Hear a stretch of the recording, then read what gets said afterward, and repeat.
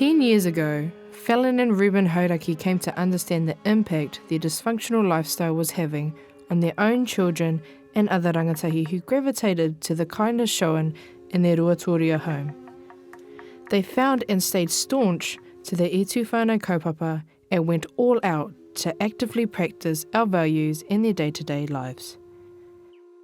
Kia ora koutou, ko Fallon Hauraki i taku ingoa, and we are the Hauraki whānau all the way from Ruatoria. Our journey began when we noticed our kids mimicking the stuff we were doing, the bad stuff. I just started thinking, is this the shit I want my mokos to be doing? No, it is not. Well, it's not just for ours, it's for our extended whānau, it's for everybody else as well, it's not just our thing. Yeah, it started off with the rangatahi, just some of our kids that came to stay, but then you can't just like work with one person and not the rest of the whānau. You got to bring them all together, so that's what we did. Just moved them all into our house and then thought, bugger this, our house is overcrowded, so we just started getting cabins. And then it just grew and grew and grew from there. It's just we created a safe space for whānau to come to, where they're not going to get judged, where they're going to get listened to and understood.